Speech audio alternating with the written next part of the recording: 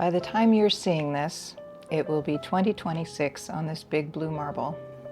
Happy New Year! The hustle and bustle of the holiday season is coming to a close, and we are all looking toward 2026 collectively. If you're new here, I'm in my late 50s, and I'm about to embark on plans to retire off-grid on a teeny tiny budget, living full-time in an RV travel trailer while I slow build on some land that I hope to purchase very soon, but have not yet. I'm in the thick of it, prep-wise, for all of this, and if you want to catch up on the details, they're in my previous videos. I'm working on a video right now with some really big updates that will be out next week. But for now, I just wanted to take a moment to reflect on what 2025 has held for me and what might be in store for 2026. I also am taking a moment to bask in the fact that I was just nominated for one of the highest awards to be had in my field. This award specifically is something I thought was a pipe dream for my whole career. To be nominated for this award in this way brought tears to my eyes, knowing that it puts a perfect little bow on the end of my career. I don't often stop to smell these kinds of roses like I should. Instead, I just push through to the next thing and end up regretting not taking a moment to really soak it all in. I really hope you're better at this than I am, because it's important to celebrate yourself whenever you can. Earlier in 2025, a film that I worked on was nominated for an Emmy Award, and amazing. That nomination was for the whole film and everyone that worked on it. This new nomination, though, is specifically for my work and my team on another film, a different film, which makes it extra special. And my heart is full to overflowing today, regardless of whether or not we win. Making the call to retire was not an easy one to make.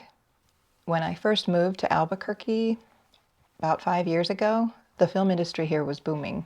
But for the past few years, there just hasn't been enough work here.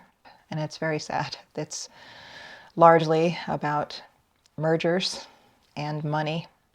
We all kept hearing from our union leaders, oh, it's coming. More productions are coming. It's just a matter of time. So a lot of us held on. Some held on too long and weren't able to pivot. I've been a student of human psychology for quite some time.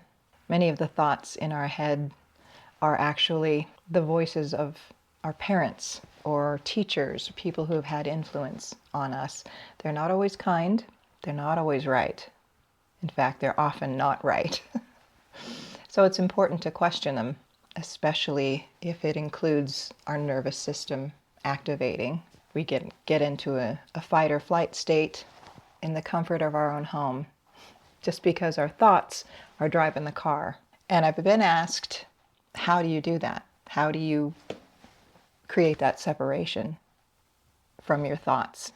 We're so used to thinking that our thoughts are us, that we are that narrator in our minds. Not so. For me, it clicked when I was reading The Untethered Soul by Michael Singer.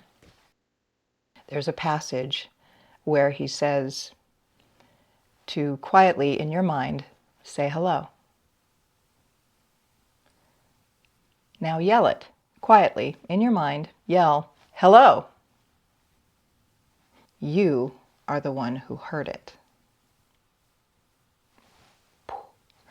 That was the moment for me that it clicked. I was driving. I remember it specifically. I had it on, it was an audiobook I was listening to while I was driving, and I had to pull over in that moment because I got it. Wow. It's a very easy thing to forget if you've spent a lifetime identifying with your thoughts and believing that they were you, to now have this different perspective. Absolute game changer. I can be the observer of my thoughts from over here. I kind of visualize it like I'm sitting in an empty theater and my thoughts are all up on stage and they're fretting about and strutting about and interacting and fighting and agreeing with each other and ganging up on other thoughts, and I'm in the audience going, wow, interesting. This helps me to stay grounded. Sorry, I keep hitting my mic. This helps me to stay grounded and helps me to keep my nervous system from activating. In fact, I've learned to train myself to recognize when my nervous system is getting activated. My thoughts are thinking about that past thing that happened and was not pleasant, or the future thing that's coming up that I don't have locked down yet and I need to worry about that. I don't.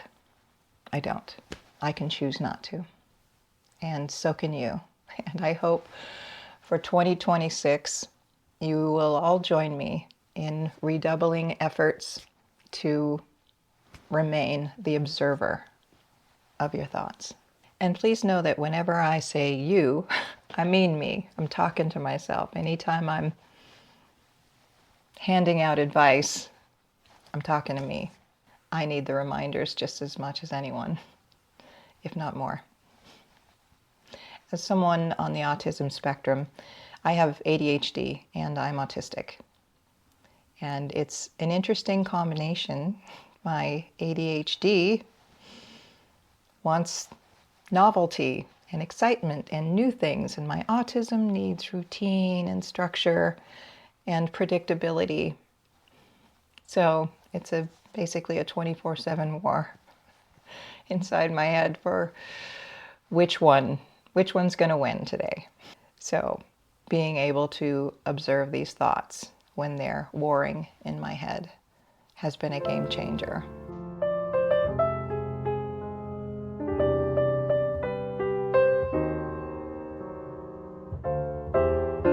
What's next for me coming up? I need to purchase an RV, travel trailer, something to live in, because this apartment is going away in February.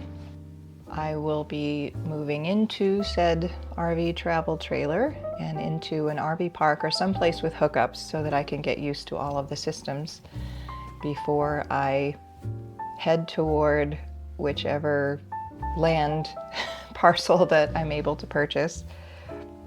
A lot of it is up in the air, and that is anxiety bringing, which in turn reminds me any fears or whatever that I may be having, may be thinking, I don't have to entertain them.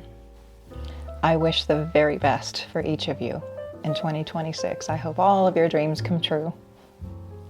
And I hope that everyone is healthy and happy. I am so grateful to have you here. And I'll see you next week.